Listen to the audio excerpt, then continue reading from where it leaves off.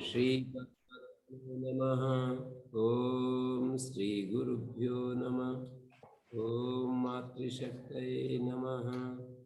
ओम असतो मा सद्गमय तमसो मा ज्योतिर्गमय मृत्योर्मामृतंगमय। ओम शांति शांति शांति। उपनिषद कक्षा 169 छांदोग्य उपनिषद की 10वीं कक्षा है। दूसरा खंड एक बार हम देखते हैं। कल की चर्चा में एक बात ठीक प्रस्तुत नहीं हुई। धातु अवित्वा शब्द के कारण मुझे संदेह हो गया और इसके कारण उस प्रकरण की व्याख्या ठीक नहीं हुई। उसको आज हम ठीक कर देते हैं। स्पष्ट में जब तक स्पष्टता नहीं होती तब तक हमें लगे रहना चाहिए और कोशिश करती रहना चाहिए। शास्त्र की स्पष्टता, विषय की स्पष्टता एक ही बात है। और फिर इसको कहते हैं दृष्टि की स्पष्टता। शास्त्र की स्पष्टता, विषय की स्पष्टता, इसको कहते हैं दृष्टि की स्पष्टता। और जब दृष्टि में स्पष्टता आ जाती है तो स्थिति भी हमारी उसके अनुरूप ढली जाती है। सनई सनई यदि हमारी इच्छा होती है और यदि हम अभ्यास को महत्व देते हैं तो दृष्टि के अनुसार स्थिति बन ही जाया करती है। छांदोग्य उपनिषद में ही एक जगह ये प्रसंग आता है कि किसी व्यक्ति को पकड़ करके, आंख बंद करके, हाथ बांध करके और चोरों ने जंगल में ले जाकर छोड़ दिया। अब वो आंखें बंधी हुई है, हाथ बंधे हुए हैं, वो चिल्ला रहा है कि कोई मेरी बात सुन रहा है तो किसी ने मुझे यहाँ जंगल में ले जाकर छोड़ दिया। मुझे नहीं पता कि मैं किस तरफ कहाँ जाऊं। कोई मेरे हाथों को यदि खोल दे तो बड़ी कृपा होगी, मेरे आंखों की पट्टी खोल दे तो बड़ी कृपा होगी। तो ये सुनकर के कोई व्यक्ति, करुणावान व्यक्ति उसे मिल जाता है और उसके हाथ और आंखों पर बंधी हुई पट्टी को खोल देता है। इसके बाद भी ऐसा लिखा है, इसके बाद भी यदि वो इच्छुक होता है तो घर में पहुंच जाता है, अपने गांव में पहुंच जाता है। बताने पर भी, उस जानकार व्यक्ति के द्वारा बताने पर भी कि गंधार देश का वो व्यक्ति था, वो मुझे गंधार देश जाना है, मैं गंधार देश से मेरे को कोई पकड़ करके ला करके छोड़ दिया, मुझे नहीं पता किस तरफ कहाँ पर है। तो कोई करुणावान व्यक्ति यदि उसकी पट्टी खोल दे और उसको बता दे कि इस तरफ गंधार देश है, तो उसके पश्चात भी यदि उसकी इच्छा होती है तो ही वो वहां जा पाता है।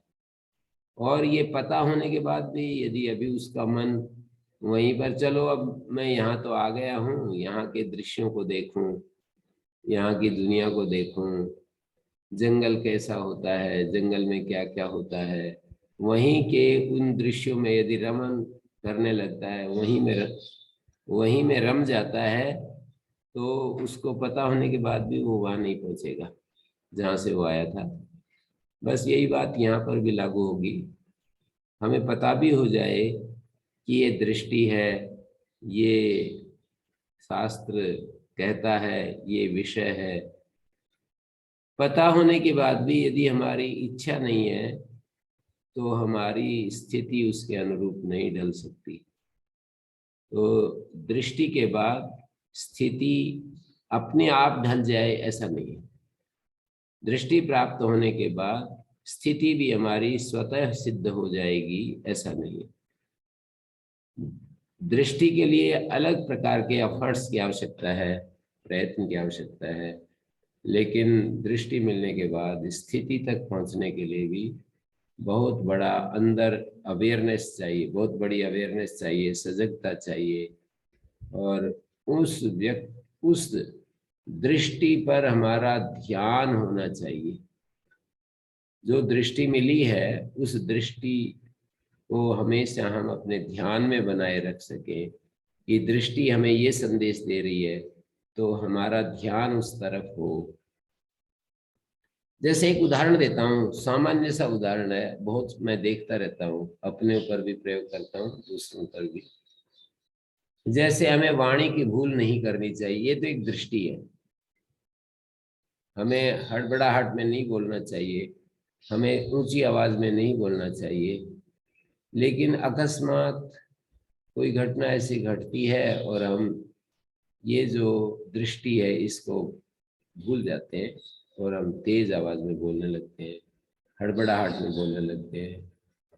तो अब ये दृष्टि ने यहाँ पर हमारी रक्षा नहीं की। स्वतः हमारे भीतर वो स्थिति पैदा नहीं होगी कि हम हमेशा वाणी, सधी हुई वाणी बोले। उसके प्रति हमारा यदि पूरा प्रयत्न है, मानी दृष्टि के बाद पूरा प्रयत्न है, तो हम बोल सकते हैं। इसी तरह से गीता में कहा कि बिना प्रयोजन के हाथ पैरों को हिलाना नहीं चाहिए। हमारे हाथ पैर ज्यादातर किसी किसी व्यक्ति के बहुत बहुत हाथ पैर चलाता रहता है, बैठे बैठे पैर हिलते रहते हैं, या बात करते समय बहुत ज्यादा अंगुलियां चलती हैं, हाथों के इशारे चलते हैं, अति हो जाती है। बात बात में वो इन अंगुलियों को घुमाता है, इशारा करता है, निर्देश करता है, और वो उसको तो अभ्यास हो गया। अब किसी ने उसको बताया कि ये दैवी संपत्ति के विपरीत है। गीता में ऐसा लिखा है कि भाई कोई व्यक्ति यदि दैवी संपत्ति का इच्छुक है तो उसको इस बिंदु पर ध्यान देना पड़ेगा, और ये ध्यान नहीं दे रहा है तो वो चीज बनेगी नहीं। मैं इसको आपके सामने रख रहा हूँ, 16वें अध्याय में ये बात आती है। अचापलम, बहुत सारे यहाँ पर दैवी संपत्ति के 26 गुणों को 16वें अध्याय के प्रारंभ में कहा। अहिंसा, सत्यम, अक्रोध, त्याग, शांति, अपैशुनम, दया, भूतेषु अलोलुप्तम, मार्दवम, ह्रीर, अचापलम। तो ये अचापलम जो है दैवी संपत्ति है, मानी व्यर्थ हाथों की चेष्टाओं का या पैरों की चेष्टाओं का जो अभाव है उसको दैवी संपत्ति में गिन लिया और किसी को बता दिया, उस व्यक्ति में वो दोष है। तो बताने के बाद भी ऐसा नहीं है कि वो, मेरे एक मित्र को मैंने कहा कि आप ये बात करते समय अंगुलियां बहुत हिलाते हो, हाथ बहुत इधर उधर फेंकते हो, तो इसको देखो आप। बोले हाँ ये, चलो अब नहीं घूम। थोड़ी देर में फिर घूमने लगे। फिर मैंने कहा कि देखो ये याद तो हम दिला देंगे, पर फिर भी बड़ा मुश्किल काम है ये, क्योंकि 24 घंटे मेरे साथ थोड़ी रहोगे आप। तो इस तरह से मैं कहना चाह रहा हूँ, और भी उदाहरण दिए जा सकते हैं। मानिए हमारे जो अभ्यास होते हैं, एक सज्जन बात करते समय अपना एक दायां या बायां जो भी है वो कंधा ऊपर को करता है, और उसको ये बता दिया जाए कि ये जो संकेत है, बार बार जो आप कंधे को ऊपर करते रहते हो, ये अच्छा नहीं है। तो वो उस व्यक्ति को बता देने के बाद भी ऐसा नहीं है कि एक बार हमने बता दिया और वो हाथ का कंधा जो वो ऊपर करता है, बार बार करता है, वर्षों से मैं देख रहा हूँ। तो ऐसा नहीं है कि वो एक बार हमने बता दिया और वो उसका कंधा बस अब आगे के लिए, सदा के लिए यथास्थान रहेगा, अब वो नहीं करेगा, ऐसा नहीं। तो दृष्टि के बाद स्थिति को प्राप्त करने के लिए जो हमारे अभ्यास जीवन में आ जाते हैं, उन अभ्यासों को साधने के लिए हमें भगीरथ प्रयत्न करना पड़ता है। अपने अभ्यासों को बदलने के लिए, जैसे अष्टाध्यायी के या मंत्रों के गलत उच्चारण कोई कोई याद कर लेता है। मैं रोज देखता हूँ उन बच्चों को अब ठीक अभ्यास में लाने के लिए कितना ज्यादा प्रयत्न करना पड़ेगा, बहुत मुश्किल है। क्यों? क्योंकि वो तो पता तो लग गया है कि ये गलत बोल रहा है, पर उसको ठीक करने के लिए बहुत बड़ी सजगता, अवेयरनेस की आवश्यकता है। हमारे को वो शब्द बोले तो ध्यान आ जाए कि ये शब्द ऐसा बोलना शुद्ध है और पूर्व अभ्यास जो है वो गलत है। तो ये ध्यान नहीं आता है। हमारा मन कहीं रहता है, हम बोल कुछ रहे होते हैं, हमारा मन कहीं होता है और वाणी कुछ बोल रही होती है, हमारा मन कहीं होता है, हाथ कुछ कर रहे होते हैं। तो इस तरह से भेद होता है हमारी मन की स्थिति का और क्रियाओं का। जो वाणी के द्वारा उच्चारण होता है, हाथों के द्वारा क्रियाएं होती हैं, पैरों के द्वारा क्रियाएं होती है, वो उनका ट्यूनिंग नहीं होती है कि हम जब बोल रहे हैं तो हमारा ध्यान वाणी के ऊपर हो, हम जब कोई काम कर रहे हों तो हमारा हाथों के ऊपर ध्यान हो, हम चल रहे हों तो पैरों के ऊपर, या बैठे हुए हों तो हमारे पैर। छोटे छोटे बच्चों में सैकड़ों हजारों बच्चों को एक बार बिठा दीजिए स्कूल में, और कितने बाल्यकाल से हम देख रहे हैं, और हजारों साल पहले ये संदेश दिया गया कि स्वस्थ वृत्त, चरक शास्त्र का स्वस्थ वृत्त बोलते हैं, 8वां अध्याय है सूत्र स्थान का, तो उसमें ये दिया है।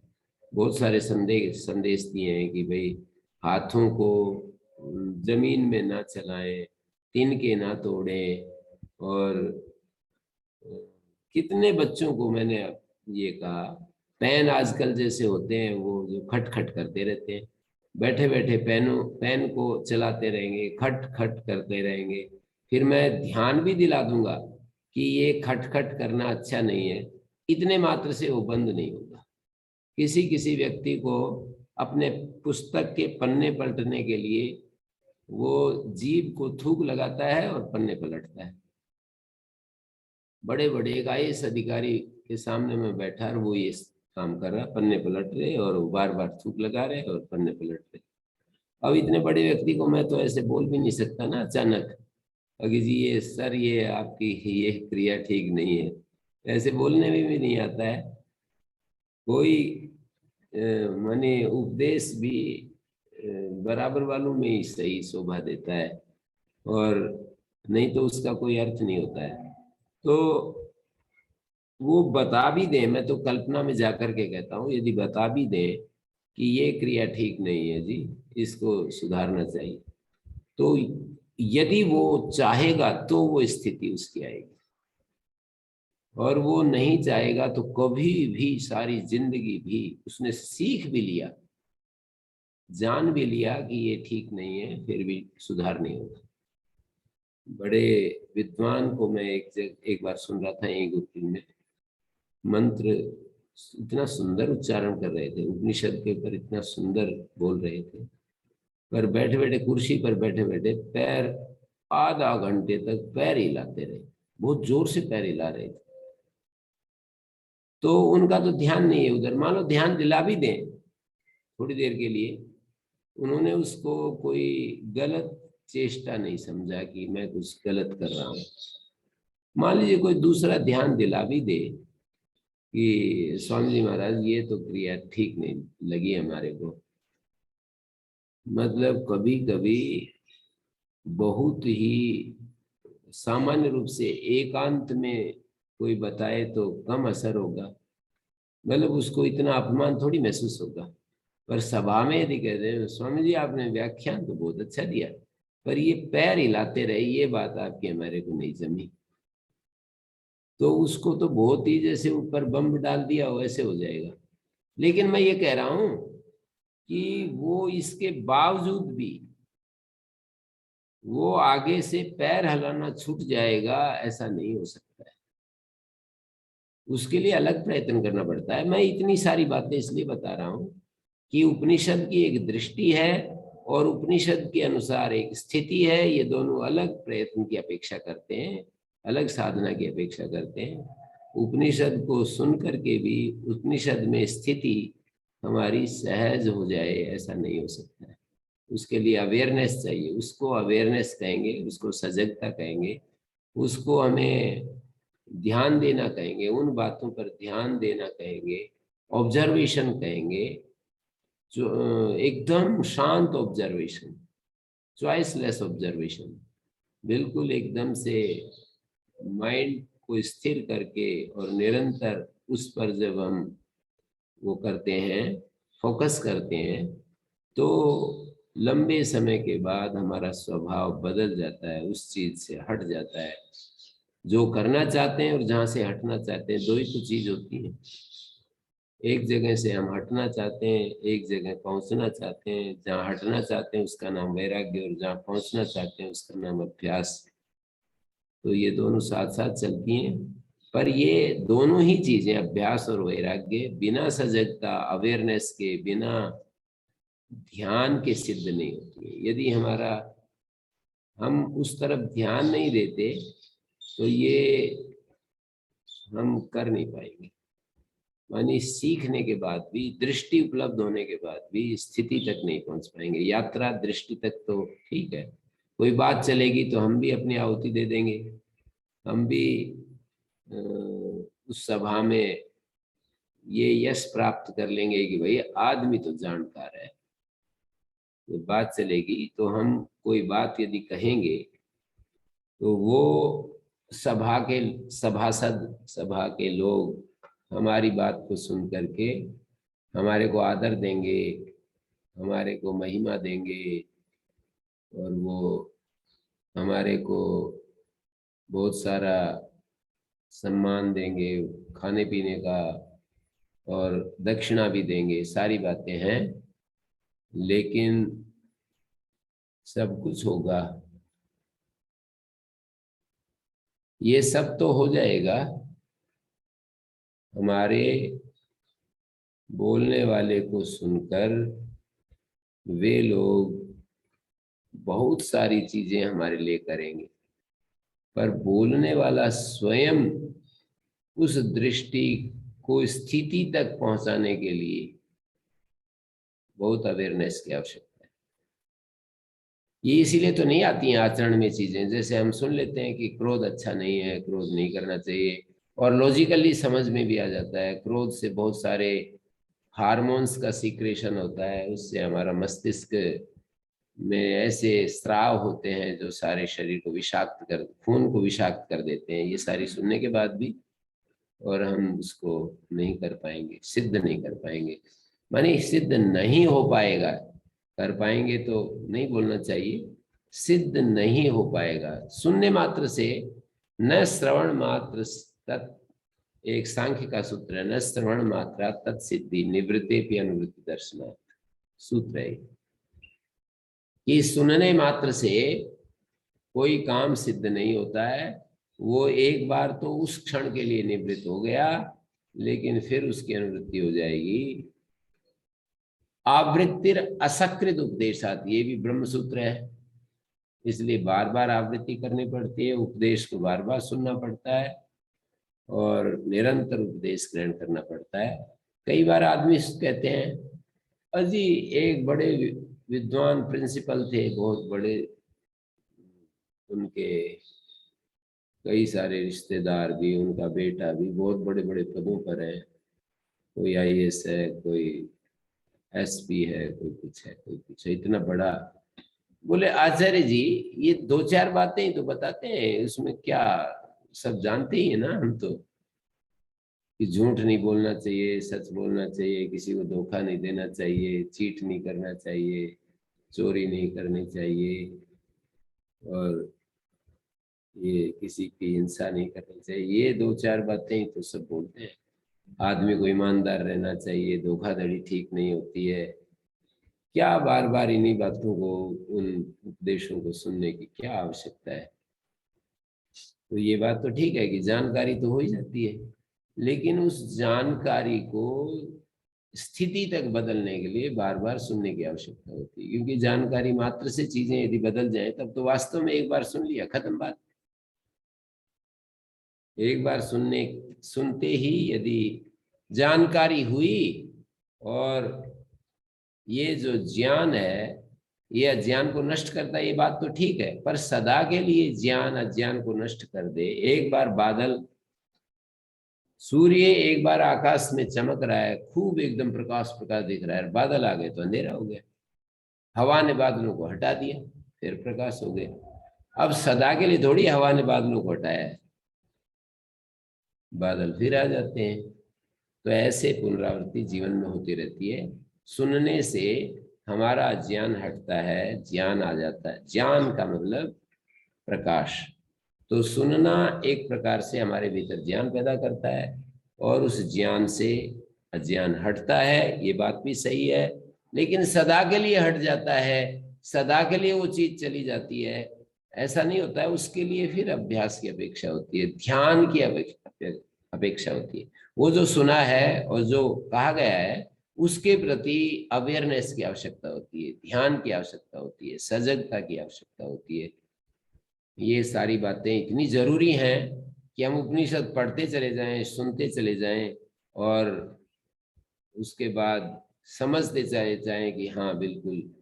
कई लोग कहेंगे, मैंने सभी आप लोग भी कहेंगे, दूसरों की जब बात चलेगी, हमने जो है 8 उपनिषद तो पढ़ ली, हमारा 9वां उपनिषद चल रहा है, 10 उपनिषद, श्रीमद् भगवत गीता हमने पढ़ ली, योग सूत्र हमने पढ़ लिए हैं। बल्कि ऐसे भाषा बोलते हैं जी, दर्शन कर लिए, माने कर लिए का मतलब दर्शनों को अध्ययन कर लिया, और उपनिषद का अध्ययन, गीता का अध्ययन कर लिया, दर्शनों का अध्ययन कर लिया, उपनिषदों का अध्ययन कर लिया। तो वो अध्ययन कर लिया, ये तो सही बात है, पर अध्ययन के बाद वो तो एक हिस्सा हुआ है, श्रवण। श्रवण में भी पूरी चीजें क्लियर नहीं होती। जो मैं आज बताने जा रहा हूं, मुझे ऐसा लग रहा है कि मुझे ही पहली बार स्पष्ट हुई वो चीज। तो इतना पढ़ने के बाद, 10 बार पढ़ने के बाद और फिर पहली बार स्पष्ट हुई, तो इसका अर्थ तो है ना कि हमें चीजें जो है बहुत ही चीजें अपेक्षा रखती हैं, हमारे को साधना की अपेक्षा रखती है। और स्थिति तक पहुंचने के लिए मतलब दृष्टि आना भी कभी कभी बड़ी मुश्किल हो जाती है। शास्त्र दृष्टि, विषय का स्पष्टता, ये भी मुश्किल हो जाती है। और इससे तो 100 गुना ज्यादा मुश्किल उस दृष्टि को स्वभाव में लाना, आचरण में लाना, अपने स्थिति में बदलना, उस दृष्टि को स्थिति में बदलना, ये तो और भी ज्यादा मुश्किल है, कठिन है। दृष्टि की उपलब्धि भी कठिन है, ऐसा सहज नहीं है कि दृष्टि उपलब्ध हो जाएगी सरलता से। लेकिन फिर भी कोई आदमी लगा रहेगा, कोई आदमी निरंतर इस काम को करता रहेगा तो दृष्टि मिल सकती है। दृष्टि के बाद स्थिति जो है ना, उस स्थिति में पहुंचना बहुत सजगता, अवेयरनेस, बहुत ज्यादा ध्यान सापेक्ष है। तो मैं दूसरा अध्याय को शुरू करता हूं। फिर कल भी चर्चा की थी, अतः वाचन उद्गीत हम उपासन चक्री रे। पहले खंड में ओंकार, एक जो प्रणव ओंकार कहते हैं, उद्गीत का, वो उद्गीत भक्ति का एक अवयव है। शाम की 5 भक्तियां हैं, शाम की 5 भक्तियां हैं, उनमें उद्गीत भक्ति है। उस उद्गीत भक्ति का अवयव है प्रणव ओंकार। जैसे इन्होंने पहले ही मंत्र में कहा था कि ओम इत्येतद् अक्षरम उद्गीतम उपासित। इसको मीमांसा की दृष्टि से कहें तो ये एक अधिकार विधि है, ये एक प्रकार की विधि है। इसको कहते हैं उत्पत्ति विधि कहते हैं। माने जैसे अग्निहोत्रम जुहुयात, ऐसे कहेंगे तो ये उत्पत्ति विधि होगी, अग्निहोत्र करे। अब उसके बाद उस विधि को किसी गुण विशेष के साथ करना, ये गुण विधि कहलाती है। तो ओम अक्षर जो उद्गीत है, उद्गीत का अवयव है, उद्गीत भक्ति का अवयव जो ओम अक्षर है, ये मैं आचार्य शंकर की शैली में व्याख्या कर रहा हूँ। उद्गीत भक्ति का अवयव जो ये ओम अक्षर है, इसकी उपासना करे। ये उत्पत्ति विधि है। ओम इत्येतद् हि उद्गायति, ओम इति एतद् हि तस्य व्याख्यानम, 3 वाक्य हैं पहले ही मंत्र में। ओम कह करके उद्गाता उद्गान करता है, उसका उपव्याख्यान आगे किया जा रहा है। अगले मंत्रों में उसका उपव्याख्यान है, समीप से व्याख्यान किया जा रहा है कि कैसे कैसे क्या क्या। फिर ये बतलाया कि भूतों का रस पृथ्वी है, पृथ्वी का रस जल है, जल का रस औषधियां, औषधियों का रस पुरुष है, पुरुष का रस वाक है, वाक का रस ऋक है, ऋक का रस साम है, साम का रस उद्गीत। ये सहसा रसानाम रसतमा, ऐसे कहा, ये रसों का रसतम है। ऐसे परमा परार्थ्या, वो परम स्थान, परमात्म स्थान की प्राप्त के, परमात्म स्थान को प्राप्त होने के योग्य है, परमात्मा की तरह उपास्य है। मानी ओम अक्षर, ओम ये अक्षर जो उद्गीत भक्ति का अवयव है, उसको ये रसतम है। कौन? ओम अक्षर। ओम अक्षर को 3 गुणों से विशिष्ट किया और उसमें परमात्मा दृष्टि की और उसकी उपासना की। परमात्मा दृष्टि मानी परमात्मा बुद्धि की, उसमें, किसमें? ओम अक्षर में। ओम अक्षर को 3 गुणों से युक्त समझा। 3 गुण थे, रसतम, आपति और समृद्धि। तो इस तरह से ओंकार को उपासना करने से हमारे को उस तरह के विशिष्ट फल मिलेंगे, प्राप्त होंगे निश्चित रूप से। कर्म का अंग संबद्ध, कर्म के अंग, कर्म का एक जो अंग होता है उद्गीत भक्ति, कर्म है सोमयाग, उस कर्म का अंग है स्तोत्र, स्तोत्र का अंग है साम, उस साम का अंग है उद्गीत, उद्गीत का अवयव प्रणव। ऐसे इन शब्दों को हमें रखना पड़ेगा यदि ये आचार्य शंकर के अनुसार इस उपनिषद को समझना है। और स्वामी दयानंद के अनुसार तो ये सब उन्होंने रखा नहीं है, उन्होंने बस ओम और उद्गीत को पर्याय शब्द के रूप में रख लिया। ओम इस उद्गीत को, ओम इति एतद् अक्षरम उद्गीतम, ओम ये जो नाम और उद्गीत जो नामी, ओम उद्गीत भी प्रणव है। ओम अक्षर, अक्षर मानी अविनाशी, उद्गीत मानी ये जो प्रणव है, इसकी उपासना करनी चाहिए। तो उपासना अक्षर की नहीं करवा रहे, यहाँ तो आचार्य शंकर ने अक्षर में बुद्धि की है परमात्मा की, और अक्षर को 3 गुणों से विशिष्ट देखा, उसमें परमात्मा बुद्धि की। स्वामी दयानंद के अनुसार ओम अक्षर उद्गीत ये सब परमात्मा का ही स्वरूप मानकर उसकी उपासना कर दी कि नाम और नामी का भेद होता है। तो बस ओम अक्षर की उपासना, अक्षर मानी ये जो अविनाशी ओमकार है जिसको उद्गीत भी कहते हैं, उसकी उपासना करें। मानी उसमें अपना ध्यान केंद्रित करें, परमात्मा में ध्यान लगाएं।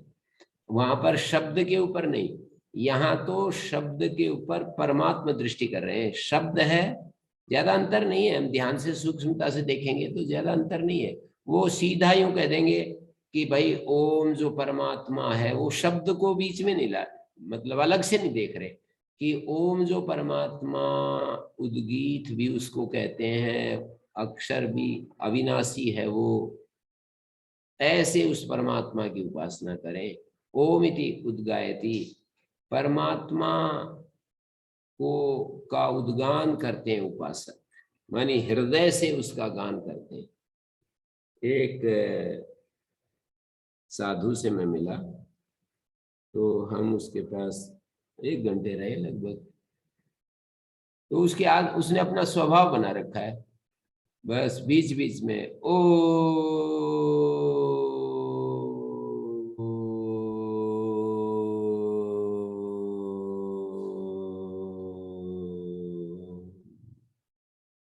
फिर बात करने लग जाए, थोड़ी देर बात करें और फिर अकस्मात कुछ ऐसी बात नहीं, बात चलते चलते ओम, यही उद्गीत और उद्गान है। पूरा दिन भर वो ऐसे ही करते रहते हैं।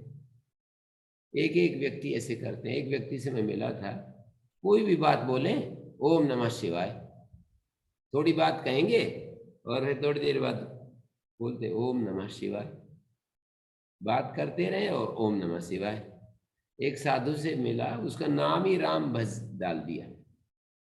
पहले शराब पीते थे, बहुत ही मतलब ठाकुर थे, सब काम करते थे, मांस मदिरा सब कुछ करते थे, पूरा घड़े के घड़े रखते थे शराब के, और वो बस पीते रहते थे, बस ऐसे ही रहते थे।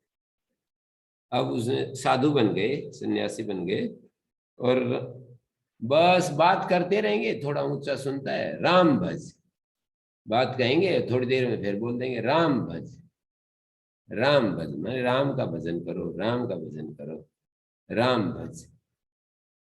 तो ऐसी आदत बना ली उन्होंने। तो ऐसा करने से उस तरफ हमारा ध्यान जाता है। सिमरन बोलते हैं ना कि भाई स्वाध्याय, सत्संग, सिमरण, ये यदि 3 काम करें तो हमारा उद्धार हो सकता है। स्वाध्याय करें, सत्संग करें और सिमरण। तो ये जो सिमरण है ये इसी तरह तो किया जाता है। राम भज, किसी ने ओम नमः शिवाय बता दिया, किसी ने राम भज, किसी ने ओम। ये देखी हुई चीजें मैं आपको बता रहा हूँ, ऐसे नहीं बोल रहा हूँ कोई कल्पना करके आपको व्याख्या कर रहा हूँ।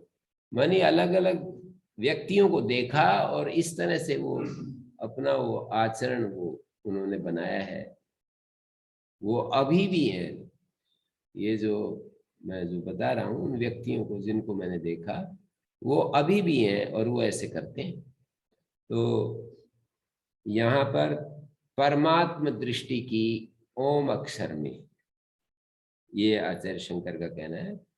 स्वामी दयानंद ने कहा कि भाई परमात्मा की उपासना करो, सीधा उन्होंने अक्षर को, और अक्षर जिसका है, अक्षर जो नाम है वो जिस नामी का है उसको अलग करो और उसमें परमात्मा दृष्टि करो, ऐसा न करके वो सीधा मैं परमात्मा की उपासना करो।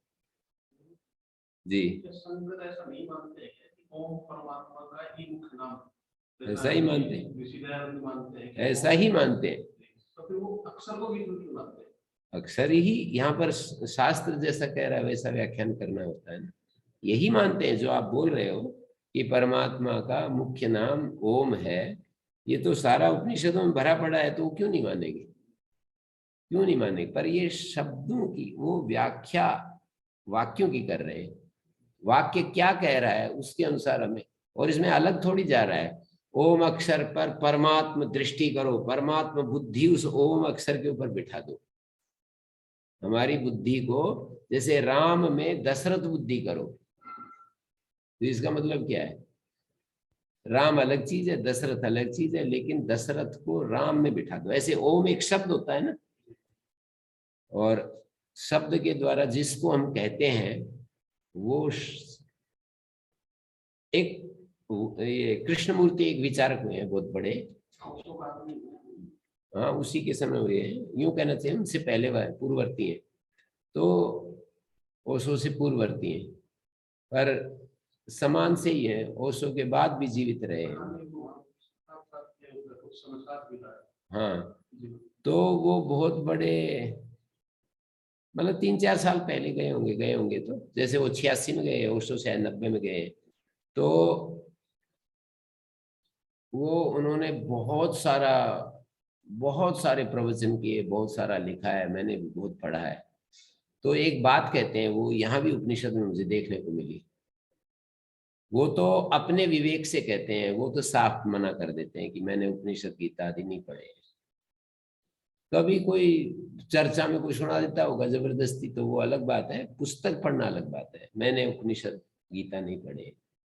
तो वो कहते हैं कि words are only the symbols, ये जो वर्ड्स हैं ये सिंबल है। यहाँ पर भी हमें उपनिषद में देखने को मिल रहा है कि ये प्रतीक है। प्रतीक जो होता है वो किसी का प्रत्यायनीय का प्रतीक होता है। तो वर्ड्स प्रतीक हैं। ये जो ओम है ये परमात्मा का प्रतीक है और प्रत्यय नहीं, ये परमात्मा है। और ये ओम प्रतीक भी है और उसका नाम भी है। आचार्य शंकर ये यहाँ पर कहते हैं ये उसका प्रतीक है और उसका नाम है, मानी परमात्मा का नाम है। दो बात कही, प्रतीक है और उसका नाम है। प्रतीक जो होता है वो किसी का संकेत मात्र करता है, नाम में भी यही बात होती है। तो नाम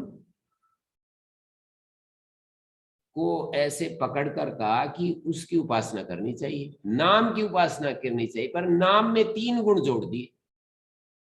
नाम के तो हजारों गुण होते हैं, पर उपासना करते समय 3 गुणों का ध्यान रखना चाहिए। यहाँ पर उपनिषद ये कहता है कि नाम में 3 गुण बिठा दो, उस नाम में रसतम है वो नाम, रस स्वरूप है वो नाम, रसों में रस स्वरूप है वो नाम, और वो हमारी कामनाओं का आपयिता है वो नाम, और समर्दहिता है वो नाम। इन 3 गुणों से युक्त उस नाम को समझो और उसमें परमात्मा दृष्टि करो, और इस तरह से उसकी उपासना करेंगे तो हम जो है क्या हो जाएगा, जिसकी हम उपासना करते हैं हम वही हो जाते हैं। तम यथा यथा उपासते स तथा भवति। उपासक उपास्य के अनुरूप ढल जाता है, वैसा ही हो जाता है। ये पहले खंड का सार है। अब दूसरे खंड में इस अक्षर की प्राण दृष्टि से उपासना करने की बात कही, ये इसका थीम है पूरा। पहले खंड में ओम अक्षर की परमात्मा दृष्टि से उपासना की। ये दृष्टि जो है ना, ये सारा ब्रह्मसूत्र में इसी तरह से व्याख्यान किया है कि एक प्रतीक होता है, एक ऊपर से उसमें ला करके एक चीज बिठा देते हैं। प्रतीक हमने बना लिया, प्रतीक हमने एक सिंबल बना लिया कि भाई इस चीज से हम इस चीज को ग्रहण करें, ऐसा हमने एक संकेत बना लिया। तो उसकी जब हम उपासना करेंगे, प्रतीक की उपासना करेंगे, तो किसी प्रतीक में किसी चीज को ला करके बिठा लिया तो प्रतीक अलग है और जिसको बिठाया वो अलग है। लेकिन यहां पर हम उस प्रतीक को इस बुद्धि से देखें, परमात्मा बुद्धि से देखेंगे इस ओम अक्षर को। यूं तो अक्षर अभिधान, वाचक शब्द, नाम अपने नामी को कहता है, वाचक शब्द किसी वाच्य को कहता है, अभिधान किसी अभिधेय को कहता है। तो ये ओम अक्षर अपना विधेय जो इसका है वो परमात्मा है, ऐसा कहता ही है। स्वामी दयानंद की दृष्टि में तो यही है कि ओम जो है वो अभिधान है और वो अपने अभिधेय के साथ अभिन्न है। मानी यहाँ पर ओम अक्षर की उपासना की बात नहीं कही, परमात्मा की उपासना की बात कही। बात तो वहीं पहुंच गई ना, अंतर नहीं है बिल्कुल, पर कहने का जो प्रकार है उसमें अंतर है, कहने के प्रकार में अंतर है, तात्पर्य में और अर्थ कथन में कोई अंतर नहीं जा रहा है। यानी परमात्मा की उपासना करने से हमारे को जिस गुण के साथ उपासना करेंगे वो गुण हमारे अंदर में है। परमात्मा को रस स्वरूप समझ कर यदि हम देखेंगे तो हम भी रस स्वरूप हो जाएंगे। परमात्मा को कामनाओं का पूरक कहेंगे तो हमारी कामनाएं पूर्ण होंगी, हम भी कामनाओं के पूरक हो जाएंगे, दूसरों की इच्छाओं की पूर्ति करने वाले होंगे, हमारी भी कामनाएं पूर्ति होंगी और दूसरों की। माने परमात्मा कामनाओं का पूरक है तो हम भी पूरक हो जाएंगे। परमात्मा कामनाओं का समृद्ध करने वाला है, हम भी समृद्ध करने वाले हो जाएंगे, हम भी कामनाओं में समृद्ध हो जाएंगे और दूसरों की कामनाओं को समृद्ध करेंगे। तो ये पहले प्रथम खंड में इसको कई दिन से हमने देखा और इससे हमारे एक निष्कर्ष पर पहुंच गए कि परमात्मा दृष्टि से इस ओंकार को देखना है। ये दृष्टि समझनी बहुत जरूरी है, उपनिषदों को समझाने के लिए बार बार इसका प्रयोग किया है। भाई राम को दशरथ बुद्धि से देखो, जंगल को अयोध्या दृष्टि से देखो, ये जंगल तुम्हारे लिए अयोध्या है। सीता को मातृ बुद्धि से देखो, सीता सीता नहीं है, ये माँ है। तो इस तरह से ये दृष्टि की जाती है। ओम अक्षर में परमात्मा बुद्धि करो, ये ओम अक्षर नहीं, परमात्मा बुद्धि करो इसमें। तो वो अक्षर में 3 गुण जोड़ दिए, परमात्मा की बुद्धि कर दी और अक्षर में 3 गुण जोड़ दिए, उन 3 गुणों से युक्त जो अक्षर है उसमें परमात्मा बुद्धि करने के लिए कह दिया। अब यहां दूसरे खंड में अक्षर में प्राण दृष्टि करने की बात कह रहे हैं। ये जो अक्षर है इसको प्राण के रूप में देखो, जैसे परमात्मा के रूप में अक्षर को देखने की बात कही प्रथम खंड में, यहां कह रहे हैं कि प्राण अक्षर में प्राण दृष्टि करो। ये इसका थीम है। यदि ये बात समझ में आ गई तो अगली घटना सारी समझ में आ जाएगी दूसरे खंड में क्या कहा गया। तो बीच में एक कथा आ गई, प्राण दृष्टि, ये तो लास्ट में जाकर के बताएंगे। अभी वो कथा बीच में ले आए कि प्राण क्या चीज है ये समझाने के लिए। प्राण की निर्लेपता, प्राण के शुद्धता, पवित्रता, प्राण का सर्वार्थता, निष्कामता, प्राण में ये सारी चीजें होती हैं। और इस अक्षर में वो प्राण दृष्टि करो। प्राण जो है वो क्या होता है? शुद्ध होता है, पवित्र होता है, प्राण निर्लेप होता है, प्राण जो होता है सर्वार्थ साधक है, मानी सारे शरीर की इंद्रियों का सहयोगी। ये सारी बातें प्राण में बता दी गई यहाँ पर इस आख्यायिका में, इस कथा में। और फिर ये कहना चाह रहे हैं कि प्राण दृष्टि करो इस अक्षर में, उसकी उपासना करो, प्राण बुद्धि से अक्षर को देखो। ये अक्षर प्राण है। ये तो प्रतीक उपासना हो जाती है। इन तीनों उपासनाओं को आप समझ सकते हैं, प्रतीक उपासना, संपद उपासना और अहंग्रह उपासना। जब हम प्राण को एक प्रतीक बनाकर उसमें प्राण दृष्टि कर रहे हैं तो ये प्रतीक उपासना होगी। प्राण को हम, अक्षर को हम प्राण के रूप में देख रहे हैं। उपासना तो अक्षर की कर रहे हैं, क्योंकि इस सारी उपासनाओं में अक्षर की उपासना बता रहे हैं, प्रतीक की उपासना करने की बात कही। और यदि हमारा स्टैंडर्ड थोड़ा ऊंचा हो जाता है तो प्रतीक गौण हो जाता है। जिसको हमने स्थापित किया है, जिस दृष्टि को हमने बिठाया है इस प्रतीक के ऊपर, वो प्रधान रूप से हमारे सामने यदि हो जाता है, मानी प्राण अक्षर गौण हो जाए और प्राण ही प्राण हमारी उपास्य बन जाए, तो ये संपद उपासना हो जाती है। प्राण प्रतीक हट गया और प्राण ही रह गया, प्राण ही रह गया, तो ये संपद उपासना होगी। मतलब दशरथ में राम में दशरथ दृष्टि करने की बजाय दशरथ ही दिखे। हाँ, बस दशरथ ही दिखे। राम तो गौण रूप से रहेगा, राम रहेगा गौण, प्रधान गौण भाव का अंतर है। राम प्रधानता से दिख रहा है, उसमें दशरथ बुद्धि कर रहे हैं, तो प्रतीकोपासना। राम गौण हो जाए, दशरथ प्रधान हो जाए, पितृ प्रधान, पिता प्रधान हो जाए, पितृअर्थ प्रधान हो जाए, तो संपद उपासना। और अहंग्रहोपासना तो ऐसी है कि मैं दशरथ ही हूं। जो उपासक है ना, लक्ष्मण ये कहेगा कि मैं दशरथ से अलग हूं ही नहीं, मैं ही दशरथ हूं, मैं ही सीता माँ हूं, मैं ही ये सब कुछ हूं। अयोध्या को वन में देखो, अरे ये वन मैं ही तो हूं, मेरे सिवा ये वन थोड़ी है, मेरे सिवाय सीता माँ एकत्व ही देखेगा। अहम, अपने अहम को उसके साथ तादात्म्य करके देखेगा। ये अहंग्रह उपासना हो जाती है।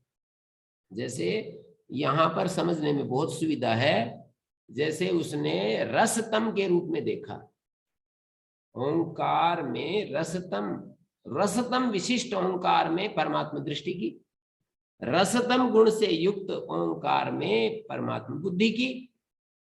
अब ओंकार ये जो अक्षर है, जो शब्द है, वो प्रधान रूप से है, और रसतम उस गुण से युक्त है, और उसमें परमात्मा बुद्धि की जा रही है। मानी जो अक्षर है वो रसतम गुण से युक्त है, उसमें परमात्मा बुद्धि की जा रही है। परमात्मा बुद्धि जो की है वो तो गौण है, लेकिन रसतम जो अक्षर है ये प्रधान रूप से देखा जा रहा है।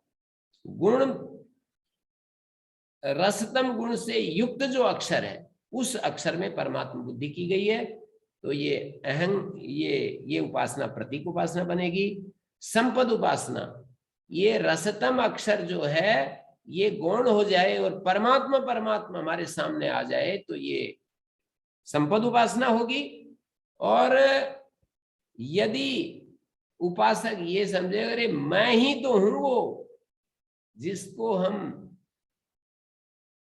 ओंकार अक्षर के रूप में, जिसमें परमात्मा बुद्धि की है, वो मैं ही तो हूं, तो वो अक्षर मैं ही हूं, तो ये अहं ग्रह उपासना हो जाएगी। तो ये स्तर भेद से स्टैंडर्ड ऊंचा ऊंचा होता जाता है। प्रतीक उपासना तीसरे स्तर की है, संपद उपासना दूसरे स्तर की है, अहं ग्रह उपासना ये अंतिम स्तर की उपासना है। तो यहाँ पर वाचम उद्गीतम उपासन चक्री रे, यहाँ क्या है, देवासुरा है वही यत्र संयेति रे। संयेति रे माने आपस में युद्ध करने लगे। संपूर्वक यत धातु संग्राम अर्थ में प्रयुक्त होती है। देव और असुर यत्र संयेति रे उभय प्रजापत्या, दोनों प्रजापति की संतान है, देव भी और असुर भी। देव छोटे हैं और असुर बड़े हैं। पहले दुनिया में जो आए वो बड़ा होता है, बाद में आए देव। इंद्रियों में स्वाभाविक रूप से जो विषयों को ग्रहण करने की जो रुचि है, ये इंद्रियों में असुरत्व तो पहले होता है, पहले आती हैं, उनमें ज्ञान का अभाव होता है तो उस समय असुरत्व होता है। बाद में विचार करते करते उनमें देवत्व आ जाता है, तो देव जो है छोटे बन गए। बाद में आते हैं ना, वो इस दुनिया में बाद में आते हैं, अर्थात हमारा जीवन जब शुरू होता है तो असुरत्व से शुरू होता है, देवत्व बाद में आता है। तो देवासुरा है वह यत्र, यानी यस्मिन निमित्ते, एक जिस निमित्त के होने पर, मानी एक दूसरे के विषय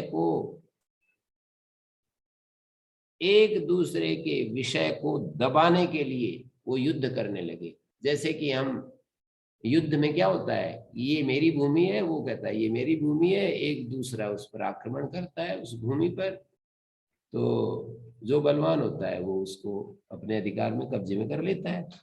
तो यत्र संयेतिरे, जिस किसी निमित्त के होने पर, मानी इतरेतर विषयापहार लक्षण है, एक दूसरे के विषय को, देवता कहते हैं कि शास्त्र में जो कुछ हमने सुना है पढ़ा है उस तरह से हम विषयों को ग्रहण करेंगे। गुरुजनों से, शास्त्र से जो हमने सीखा है उस तरह से हम ग्रहण करेंगे। असुर कहते हैं हमारे को स्वाभाविक रूप से जो अच्छा लगेगा उसको हम ग्रहण करेंगे। तो असुर देवताओं को पराभूत करके अपनी चलाते हैं, देवता असुरों को पराभूत करके अपनी चलाते हैं। इस तरह से इनका संघर्ष बताया गया। तद्ध देवा तस्मिन निमित्ते, जिस निमित्त से देव और असुर युद्ध कर रहे थे, तत्र उस निमित्त के उपस्थित होने पर देवा उद्गीतम आजर्हु, देवता जो थे उद्गीत को, ओंकार को अपना वो बनाया, उद्गाता बनाया, अपना ऋत्विक बनाया। देवताओं ने अपना सहयोगी बनाया कि आप इस काम को करो। देवा उद्गीतम आजर्हु अनेन एनान अभिभविष्यामा, देवताओं ने उद्गीत को सीधा, स्वामी दयानंद के अनुसार अर्थ करें इन मंत्रों का, थोड़ा सा सरल हो जाता है। और ये आचार्य शंकर ने जो भाष्य किए हैं वो परंपरागत, वहाँ यज्ञ विद्या और बहुत सारे परंपराएं चल रही थी, वो सारी सामने थी, इसलिए उनको देखते हुए उन्होंने वो शब्दों के अर्थ लगाए। तो वो जो है, अब वो परंपरा टूट गई, इसलिए हमें दिक्कत होती है। सही तो वही है, मतलब जिस तरह से शब्द प्रस्तुत हो रहे हैं वो तो बिल्कुल ठीक तो वही है, लेकिन हमारे को परंपरा नहीं रही, खंडित हो गई, हम उसको उस परंपरा से विच्छिन्न हो गए। तो इसलिए हमारे को ये उद्गीत कौन है, उद्गाता कौन है, अध्वर्यु कौन है, होता कौन है, ये सारी शब्दावली हमारे परिचय में नहीं होती, इसलिए श्रोता को दिक्कत तो होती है समझने में। तो देवा उद्गीतम आजर्हु, आजर्हु का मतलब होता है उसका आश्रय लिया, देवताओं ने उद्गीत का आश्रय लिया और उन्होंने ये विचार किया, अनेन एनान अभिभविष्यामा, इस उद्गीत के सहायता से इन असुरों को हम परास्त कर देंगे, खदेड़ देंगे, इनको भगा देंगे, इनको हम हटा देंगे, ऐसा उन्होंने देखा। तो ये पहला मंत्र स्पष्ट हो गया। क्यों जी, इतनी जो बातें आज मैंने कही बहुत स्पष्ट हो गई होंगी, शेखर जी, श्री जी वगैरह? जी जी गुरु जी। हाँ, और वो सुन रहे हैं क्या, मैत्रेय जी? जी मैत्रेय जी आप हैं? हाँ हैं, मात्र जी हैं जी।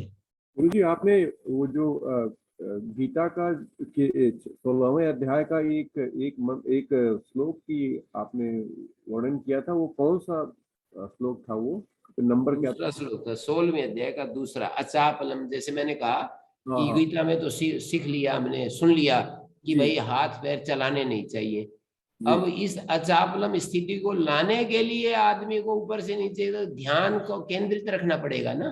जी ऐसे थोड़ी एक बार ज्ञान हो गया कि हाथ पैर चलाने नहीं चाहिए और वो बस बंद हो जाएंगे, हाथ पैर अब हिलेंगे नहीं। जी। वो अध्याय भी तो असुरत्व और देवत्व के ऊपर ही था, है? हाँ, तो देव और असुरत्व पर था। दूसरे मंत्र का जो अंतिम पद है वो अचापलम है। अच्छा, आपने जी जी, धन्यवाद। तो यहाँ पर उद्गीतम आजरू, उद्गीत का इन्होंने सहारा लिया, आश्रय लिया। आजरू का मतलब आहृतवंता, उद्गीतम, उद्गीत भक्ति उपलक्षितम उद्गात्रम कर्म आजरू। उद्गीत भक्ति से उपलक्षित जो उद्गात्र कर्म है, ऐसा भाष्यकार ने अर्थ किया यहाँ पर। देवताओं ने तत्र उत्कर्ष अपकर्ष लक्षण निमित्ते, मतलब एक का उत्कर्ष होगा तो दूसरे का अपकर्ष होगा। देवता शक्तिशाली होंगे तो असुर कमजोर होंगे, असुर शक्तिशाली होंगे तो देवता कमजोर होंगे। युद्ध में ये तो यही होता है, एक ऊपर होगा दूसरा नीचे होगा, दूसरा नीचे होगा तो पहले वाला ऊपर हो जाएगा। ऐसे गुथमुथ रहते हैं ना, जैसे हम कुश्ती लड़ते हैं तो उसमें होता है। तो वही बात यहाँ कही है कि देवता उत्कर्ष अपकर्ष लक्षण निमित्त के होने पर उद्गीतम आजरू। अब स्वामी दयानंद की भाषा में तो बहुत ही सीधा मंत्र का अर्थ हो जाएगा। यूं कहेंगे, देवताओं ने परमात्मा का सहारा लिया कि इससे हम इन असुरों को भगा देंगे। अब ये थोड़ा सा भाष्यकार ने जो अर्थ किया है वो यज्ञ, इसको कर्मांगावबद्ध उपासना कहते हैं। कर्म के साथ जुड़ी हुई ये उपासना है, तो वो सारे कर्म की प्रणाली को समझना पड़ेगा, कैसे कैसे हम उद्गात्र कर्म करते हैं। उद्गीत भक्ति होती है। उद्गीत भक्ति ये इसलिए करना पड़ रहा है कि आगे बहुत सारी उद्गीत भक्ति, हिंकार भक्ति, प्रतिहार भक्ति, यदि हम इसको अभी से समझते जाएंगे तो आगे जो आएगा वो भी थोड़ा बैठेगा दिमाग में। नहीं तो फिर वो स्वामी दयानंद के अनुसार यहाँ तो ये ठीक से समझ में आ रहा है, पर वहां जा करके फिर उन शब्दों का क्या क्या कहना चाह रहे हैं वही गुम हो जाएंगे। ये कहना क्या चाह रहे हैं ये हमारे को दिक्कत आ जाएगी। यहाँ तो कोई दिक्कत नहीं है कि परमात्मा को सहारा लिया कि इसके द्वारा हम जो है इसको असुरों को अभिभूत कर देंगे। उद्गीतम माने उद्गीत भक्ति उपलक्षितम उद्गात्रम कर्म। उद्गीत भक्ति से उपलक्षित जो उद्गात्र कर्म है उसको आहृत बनता। तस्यापि केवल से आहरण असंभवात, वो केवल तो आहरण होगा नहीं, ज्योतिष्टोम आदि आहृत बनता। ज्योतिष्टोम याग बीच में आ गया। ज्योतिष्टोम याग में ही ये सब उद्गात्र कर्म होता है। उद्गाता के द्वारा संपादित जो कर्म होता है वो उद्गात्र कर्म होता है। तत्किमर्थम आजरू अनेन कर्मणा, इस कर्म के द्वारा इन असुरों को हम अभिभूत कर देंगे। अब क्या हुआ, उद्गीतम कर्म आजिहीर्षवा, उद्गीत कर्म को अनुष्ठान करने के इच्छुक। आहृतवंता का मतलब है यहाँ पर उद्गीतम आजरू, आंग पूर्वक री धातु आहरण को कहती है। आहरण माने अनुष्ठान। उद्गीत का अनुष्ठान आरंभ किया, उद्गात्र कर्म का अनुष्ठान किया। उद्गीत उपलक्षित जो उद्गात्र कर्म है उसका अनुष्ठान शुरू किया। कुल मिलाकर के इसका आप लोग इस गहरी शास्त्रीय दृष्टि को नहीं समझ पाएंगे। आपका जो स्तर है, आपकी समझने की दृष्टि से मैं कह रहा हूं कि इस ओंकार की उपासना आरंभ की। देवताओं ने ओंकार की उपासना आरंभ की। इससे देवताओं ने सोचा कि हम असुरों को भगा देंगे। तो क्या किया? ते है नासिक्यम प्राणम उद्गीतम उपासन चक्री रे। नासिक के प्राण है और उसमें मतलब घ्राण, प्राण का अर्थ है यहाँ घ्राण, नासिका में चलने वाली जो घ्राणेन्द्रिय, घ्राण शक्ति है ना, उसको उन्होंने उद्गीत के रूप में देवताओं ने कि भाई यही हमारा उद्गाता है। अर्थात ये जो नासिक के प्राण है ना, ये इसमें उद्गीत दृष्टि कर दी। ये नासिक के प्राण हमको असुरों से बचाएगा, ऐसे उन्होंने कहा। तम है असुरा पापना विविदु। लेकिन असुरों ने उस उद्गीत को, जो कि उद्गाता बनाया था, जो कि उस काम का नेतृत्व बागडोर उसने संभाली थी, जो घ्राणेन्द्रिय को देवताओं ने उस कर्म को करने की बागडोर दी कि भाई आप हमारा ये काम करो, आप इन देवताओं से, आप हम देवताओं की सहायता करो, इन असुरों से बचाओ। तो असुर जो थे ना, जाकर के उसको बीन दिया पाप से।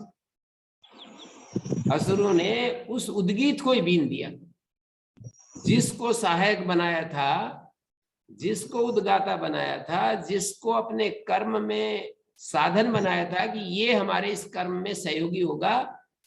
नासिक के प्राण मानी घ्राणेन्द्रिय हमारे कर्म में सहयोगी होगी। असुरों ने उस उद्गीत के करने वाले उस उद्गाता को ही दोष युक्त कर दिया, स्वार्थ युक्त कर दिया। इसलिए हमारा जो नासिका इंद्रिय है मानी घ्राणेन्द्रिय, वो सुरभि और दुर्गंधी इन दोनों को सूंघती है। पापमना ही इस विद्ध, क्योंकि ये पाप से बिंद गई। कुछ चीजें उसको अपने अच्छी लगती हैं, कुछ चीजें बुरी लगती हैं, उनमें उतना तो देवत्व है। ये सारी इंद्रियों में देव और असुरत्व बैठे हैं ना। जब वो सारे शरीर का ध्यान करती है नासिका, तो उसमें वो देवत्व है। और जब वो भाड़ में जाए ये शरीर, मुझे तो अच्छा अच्छा सूंघने को मिलना चाहिए, भाड़ में जाए ये शरीर, मुझे तो अच्छे अच्छे रूप देखने को चाहिए, भाड़ में जाए ये शरीर, मुझे तो अच्छा अच्छा कोमल स्पर्श चाहिए, भाड़ में जाए ये शरीर, अच्छे अच्छे शब्द सुनने के लिए चाहिए, भाड़ में जाए ये शरीर, रसना कहेगी मेरे को अच्छा अच्छा भोजन करूंगी, और अच्छा अच्छा भोजन करेगी, और फिर यहां तक स्थिति पहुंच जाएगी बेशक ज्ञान जोखम ना हो पर काया क्लेश तो बढ़ा ही देगी। भोजन करते करते कभी कभी खूब सारा हम भोजन कर लेते हैं, ज्ञान जोखम बेशक ना हो पर काया क्लेश तो बढ़ ही जाता है ना। कोई एक कहते थे कि भाई ज्ञान जोखम नहीं है, खाओ खाओ, केवल ज्ञान जोखम नहीं है, काय क्लेश ही होगा थोड़ा सा। तो ये जो मैं कहना ये चाह रहा हूं कि यही इनमें पाप से बिंदना है कि वो अपने लिए आसक्तिपूर्ण विषयों को भी ग्रहण कर रहे हैं। जब ये आसक्ति रहित होकर के इस शरीर के लिए काम करते हैं तो उनमें वो देवत्व है। और जब आसक्ति युक्त होकर के जब अपने लिए ये इंद्रियां कुछ कुछ देखती हैं, सुनती हैं, सूंघती हैं, तो ये उनका असुरत्व है। तो वो देवता विजयी नहीं हो पाए इस उद्गाता के सहारे। ये जो नासिक के घ्राण इंद्रिय को इन्होंने अपना कर्णधार बनाया, सफल नहीं हो पाए, पाप से बिंद गया, इसलिए वो देवताओं की मदद नहीं कर पाया, देवताओं पर विजय नहीं प्राप्त, देवताओं को विजय नहीं दिला पाया। वो स्वयं पाप से बिंधा हुआ था और उसकी शक्ति प्रबल हो गई और देवताओं को ही उसने परास्त कर दिया। फिर आगे दिखाया कथा में कि भाई जब ये सब हो गया तो देवताओं ने वाणी को कहा कि भाई आप इस, जैसे कि महाभारत में जब गते भीष्मे हते द्रोणे कर्णे च विनिपातते शल्यो जेषत पाण्य, आशा बलवती राजन शल्यो जेष्यति पांडवा। जैसे भीष्म भी चला गया, फिर कहा कि भाई द्रोणाचार्य जी आप संभालो अब कमान। द्रोणाचार्य भी चले गए, तो फिर कर्ण को कमान सौंपी गई। कर्ण तुम संभालो, अब दुर्योधन व्यवस्था कर रहा है कि तुम संभालो सेना की कमान। कर्ण भी चला गया, तो अब वो कोई उनको सलाह दे रहा राजा को, दुर्योधन को, कोई नहीं, आशा तो बलवान होती है ना, हमारे पास शल्य है अभी, तो बोले शल्य को बना दो महारथ वो सेनापति। तो इसी तरह से ये देवता जब एक का तो करामात देख लिया घ्राण इंद्रिय का, वो तो कुछ कर नहीं पाया, तो वाग इंद्रिय को इन्होंने बनाया, देवताओं ने इसको अपना उद्गीत कर्म का कर्ता बनाया, उद्गात्र कर्म का कर्ता बनाया। उद्गीत कर्तारम उद्गातारम उद्गीत भक्त्योपासना चक्र, उद्गीत भक्ति उपासना को उन्होंने शुरू किया कि वाणी तुम हमारे लिए करो काम। मानी वाणी को इस ओंकार वाचम उद्गीत हम उपासना चक्री रे, ये कह रहे हैं कि वाणी को ही उद्गीत कर्म का कर्ता बना दिया कि ये हमारा काम सिद्ध करेगी। तो असुरों ने उसको भी पाप से बीन दिया। तस्मात् तया उभयम बत्ती, इसलिए उसके द्वारा दोनों ही बोलता है। तया उभयम वदति, उसके द्वारा दोनों सत्य और अनृत, क्योंकि पाप से ये बिंदी हुई है, इसलिए तया उभयम वदति, उसके द्वारा ये बोलने वाला जो व्यक्ति है वो दोनों बातें बोलता रहता है। चक्षुरादि देवता क्रम से देवताओं का विचार करके और उनको फिर ये आगे बनाते गए कि आप इस युद्ध को अपने हाथ में लो। वाणी को उद्गीत बनाया, उसकी उपासना करने लगे। असुरों ने वाणी को बीन दिया, तस्मात् तया उभयम वदति, उसके द्वारा ये जो है दोनों बातें तया वाचा उभयम वदति, जैसे पहले में कहा था कि तस्मात् तेन उभयम जिग्रति, तेन उभयम जिग्रति, उस नासिक के प्राण के द्वारा उभयम जिग्रति, दोनों बातें सूंघता है वो, दोनों चीजें। तेन दोषेण पापम संसर्गी, तेन उभयम जिग्रति, दोनों ही वो सूंघता है, उस दोष के कारण से वो दोनों बातें, पाप और पुण्य, यूं कहना चाहिए अच्छा और बुरा, देवत्व और असुरत्व, सुगंधी और दुर्गंधी, असुरेण पापमना विद्धा तस्मात् तेन पापमना प्रेरितः ग्रहणा, उस पाप से प्रेरित जो घ्राण इंद्रिय है वो दुर्गंधी ग्राहक भी हो गई प्राणियों का। तेन उभयम जिग्रति लोकः, इसलिए संसार जो है तेन घ्राण इंद्रियेण उभयम जिग्रति लोकः, यहाँ पर जिग्रति क्रिया का कर्ता लोक बन जाएगा, उसके द्वारा वो सुगंध और दुर्गंध दोनों को ये संसार ग्रहण करता है। वाणी की भी बात, तया वाचा उभयम वदति लोकः सत्यम च अनृतम च पापमना ही ऐसा विद्या। अथ चक्षुर उद्गीत हम उपासन चक्रिरे, चक्षु को उद्गीत बना दिया कि आप इस बागडोर को संभालो। असुरों ने चक्षु को भी बीन दिया, तस्मात् तेन उभयम पश्यति लोका, इसलिए संसार इस आंख के द्वारा दोनों चीजें, दर्शनीय और अदर्शनीय दोनों चीजें, पापमना ही एतद् विद्धम, क्योंकि पाप से बिंद गया है ये चक्षु इंद्रिय। अतः श्रोत्रम उद्गीत हम उपासन चक्रिरे, श्रोत्र को उद्गीत के रूप में बनाया, उपासना करने लगे। उद्गीतम उपासन चक्रिरे, उद्गीत भक्त्याख्यम श्रोत्रम, सब जगह एक ही शैली में हम अर्थ करते जा रहे हैं।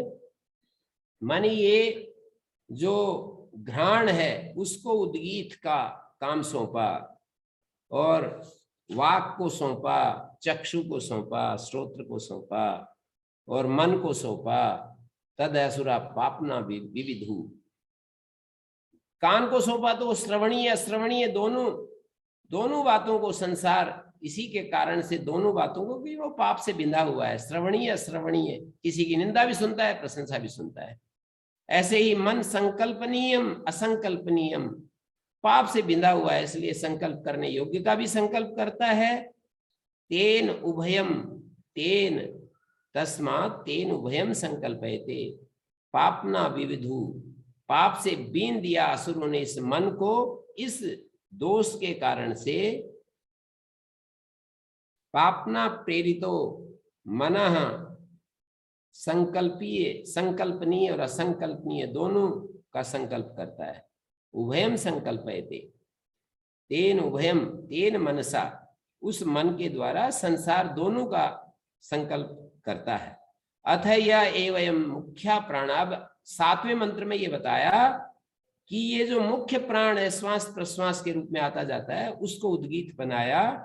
असुर जो है उसको भी पाप से बीनने के लिए चले, उसको प्राप्त होकर के, तम है असुरा रित्वा, रित्वा मानी प्राप्य, विदध्वंसु, नष्ट हो गए, जैसे कि किसी पत्थर को प्राप्त होकर के कोई चीज ढेला नष्ट हो जाता है, जैसे किसी पत्थर पर पड़कर ढेला नष्ट हो जाता है, ऐसे ही पाप भाव इस प्राण को प्राप्त होकर के, प्राण शब्द का यहाँ अर्थ है मुख्य प्राण, उसको प्राप्त होकर अस्माखण कहा इसको, अस्मानम आखणम रित्वा, आखण का मतलब होता अखण, अखन, अखन से अखण, अखण से आखण, ये शब्द बन गया।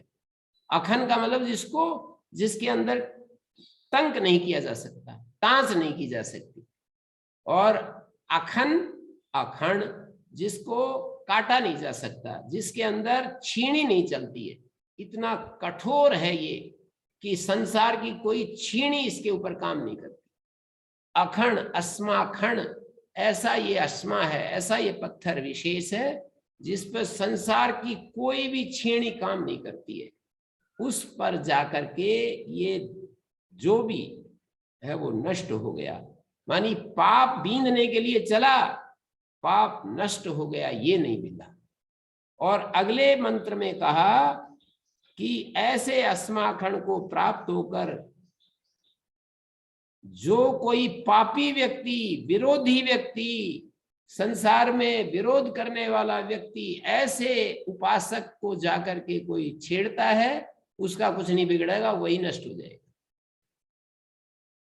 8वें मंत्र में एवं यथा अस्मानम आखणम रित्वा विध्वंसते, जैसे आखण अस्मा को प्राप्त होकर के नष्ट हो जाता है कोई ढेला आदि, एवं है उसे विध्वंसते, ऐसे ही वह नष्ट हो जाता है। या एवं यदि पापम कामयते, जो ऐसे प्राण के उपासक के प्रति पाप भाव रखता है, यस्यैनम अभिदासति, जो इसको दबाता है वही नष्ट हो जाता है। स एषो अस्माखणा, क्योंकि ये जो पुरुष है ये तो अस्माखण हो गया है, ये किसी भी चीज से बिंधा नहीं जा सकता, इसमें तांस नहीं की जा सकती, तंक नहीं किया जा सकता, छीनी इसके ऊपर नहीं चलेगी।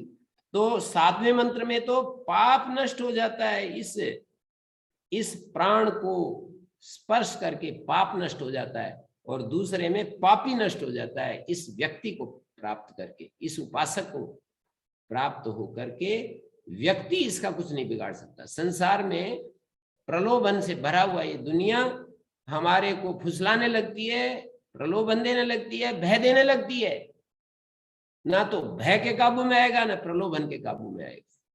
ये ऐसा उपासक की स्थिति बतलाई। ये सारे प्राण की विशेषताओं को बताने के लिए ये सारी कथा है। और फिर बोले नैवेतेन सुरभि न दुर्गंधि विजानाति,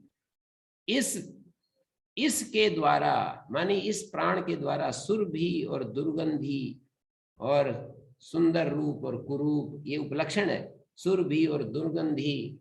इसी तरह से ये जो चक्षु का जो दर्शनीय दर्शनीय, श्रवणीय श्रवणीय, संकल्पनीय संकल्पनीय, नैवेतेन सुरभि न दुर्गंधि विजानाति, अपहत पापमा, अपहता पापमा यस्मात्, विनाश नष्ट कर दिया गया है पाप जिससे, ऐसा है ये पाप जिसका नष्ट जिससे पाप भाव निकल गया है। ये आत्मम भरी नहीं है, ये सर्वम भरी है, सर्वम भर है। ये आत्मम भरी नहीं है, ये सर्वम भर है, ये विशुद्ध है, सबका पालन पोषण करने वाला है। ये बात आ गई बीच में यहाँ। तेन यद स्नाति यद पिबति लोकः, संसार इसके द्वारा जो खान पान करता है, तेन उस खान पान के द्वारा इतरान प्राणानवति, ये जो प्राण है दूसरी इंद्रियों की रक्षा करता है, हमारे शरीर की, संपूर्ण शरीर की रक्षा करता है। ये प्राण अपने अपने इस कर्म के द्वारा वो सारे शरीर के इनकी रक्षा करता है। एतम उ एव अंततः अवित्वा, इस मुख्य प्राण को ही अंततः न प्राप्त करके उत्क्रामति घ्राणादि समुदाय। अवित्वा का अर्थ है अलब्ध्वा। विद धातु का ज्ञान अर्थ भी होता है और विद धातु का अर्थ प्राप्ति अर्थ भी होता है। यहाँ पर विदली लाभे धातु है, न कि विद ज्ञाने। तो कल मैंने इस पंक्ति की ठीक व्याख्या नहीं की थी, इसलिए मैं ठीक कर रहा हूं। एतम एव अंततो अवित्वा, इस मुख्य प्राण को ही अंततः न पा करके उत्क्रामति लोकः, ये जो घ्राणादि, उत्क्रामति घ्राणादि प्राण समुदाय। यहाँ पर उत्क्रांति करता, क्रिया का करता है घ्राणादि प्राण समुदाय। ये जो घ्राण है, चक्षु है, श्रोत्र है, मन है, ये सब के सब एतम एव अंततो अवित्वा उत्क्रामति, इसको न पा करके ये घ्राणादि प्राण समुदाय जो है वो निकल जाता है। अंततः मानी अंत काल में, मरण काल में इस प्राण को, मुख्य प्राण क्या वृत्ति होती है अन्नपान। मुख्य प्राण क्या ग्रहण करता है? अन्नपान ग्रहण करता है। और इस मुख्य प्राण को अंत काल में ये मिलता नहीं है, भोजन मिलता नहीं है, मुख्य प्राण को भोजन मिलता नहीं है, तो ये घ्राणादि जो समुदाय है ये छोड़ करके चला जाता है।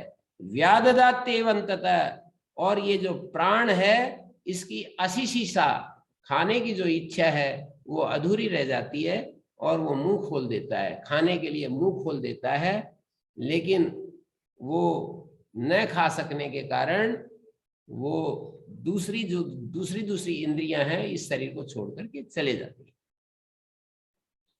हाँ जी, पूछिए। अब शेखर जी आप बार बार पूछ रहे थे, उसके कारण से मुझे ये सारा विचार करना पड़ा। कोई बात है तो बोलिए। जी गुरु जी, नहीं बहुत बहुत धन्यवाद गुरु जी और डिटेल बताने का।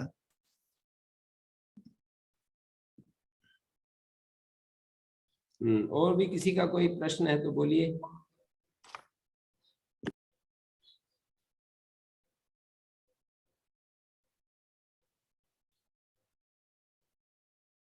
यहाँ पर ये जो बात कही कि एतम अंत तो अवित्वा उत्क्रामति, अवित्वा मानी अलब्ध्वा, अंत काल में, मरण काल में एतम मुख्यम प्राणम अवित्वा, अन्नपान न पाकर, खान पान को न पाकर, क्योंकि अप्राणो ही न शक्नोति अशितुम पातुम वा, जब व्यक्ति अप्राण हो जाता है, प्राण की शक्ति क्षीण हो जाती है, तो खान पान उसका बंद हो जाता है।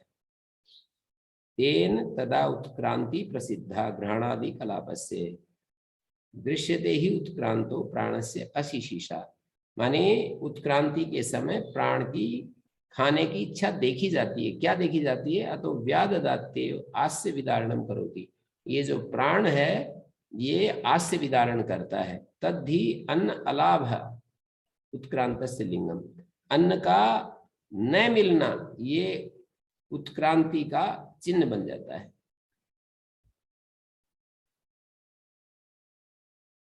ये जो मुख्य प्राण है, कथम पुनर्मुख्य असित पीताभ्याम स्थितिर येषाम गम्यते, मुख्य प्राण के द्वारा खान पान किया जाता है, उससे इन घ्राण आदि की स्थिति जानी जाती है। तो कहते हैं ऐसा है, एतम मुख्यम प्राणम, मुख्य प्राण की जो वृत्ति है अन्न और पान, उसको न पा करके, मुख्य प्राण की वृत्ति व्यापार अन्न और पान है, खाना और पीना है, उसको न पा करके अलब्ध्वा उत्क्रामति। किम कह उत्क्रामति, कौन उत्क्रमण करता है? घ्राणादि प्राण समुदाय उत्क्रामति। घ्राणादि जो प्राण समुदाय है वो उत्क्रमण करता है, निकल जाता है, वो छोड़ करके चला जाता है। अब प्राणो ही न शक्नोति अशितुम पातुम व, खान पान नहीं किया जा सकता है। तो घ्राणादि कलाप की उत्क्रांति हो जाती है, और इसीलिए कहा ये प्राण की भोजन की इच्छा, उत्क्रांति में प्राण की, घ्राणादि प्राण समुदाय तो निकल गया, उसमें प्राण की अशिशीषा देखी जाती है। अशिशीषा माने खाने की इच्छा, इसलिए वो प्राण खाने की इच्छा प्रकट हो रही है, जो मुख खोल देता है। कल हम चर्चा इससे आगे करेंगे। 10वां 11वां 12वां ये जो मंत्र हैं, 14 तक ये मंत्र आ रहे हैं इस खंड के, दूसरे खंड के, उसमें भी प्राण मानी ये प्राण दृष्टि की जा रही है ओंकार अक्षर में। ये ओंकार अक्षर प्राण है, ऐसा समझकर इसकी उपासना करें। आगे यही बताया जाएगा। ये जो ओंकार अक्षर है, जैसे परमात्मा दृष्टि करके उपासना की, इस ओंकार अक्षर में प्राण दृष्टि से उसकी उपासना करें। प्राण जो है वो विशुद्ध है, प्राण जो है निर्लेप है, प्राण में स्वार्थ नहीं है, प्राण किसी प्रकार का प्राण में स्वार्थ नहीं है, प्राण पवित्र है, निर्दोष है। ये ओंकार अक्षर, इस उद्गीत को हम प्राण स्वरूप समझकर इसकी उपासना करें, प्राण बुद्धि से इसकी उपासना करें, प्राण दृष्टि इसमें डालकर ओंकार अक्षर में, जैसे पहले खंड में परमात्मा बुद्धि से ओंकार की उपासना की, ऐसे यहाँ पर प्राण दृष्टि ओंकार में लाई जा रही है कि इस ओंकार को प्राण समझकर उपासना करें। प्राण की क्या क्या विशेषताएं होती है वो बता दी, कि प्राण विशुद्ध है, प्राण जो है सर्वंभर है, सबका पालन पोषण करने वाला है, सबका सहयोग करने वाला है। विशुद्धि और सर्वंभर ये दो विशेष है, निस्वार्थ है। तो इस तरह से ये आगे इसको और खोला जाएगा। इस कथा का आश्रय लेकर के ही अगली बात जो है उपासना के बारे में कहा जाएगा। ओम शांति शांति शांति।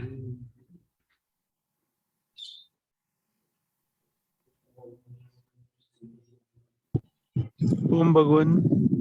ओम नमो नमः। ओम आचार्य जी। ओम प्रणाम गुरुदेव। नमो नमः। प्रणाम गुरु जी।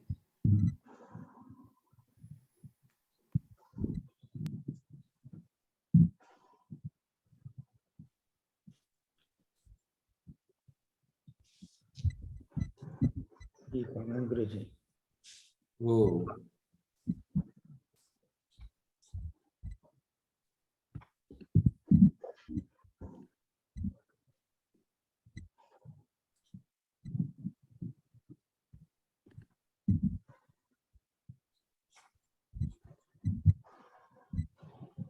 ओम प्रणाम शेखर भैया। ओम प्रणाम सभी को।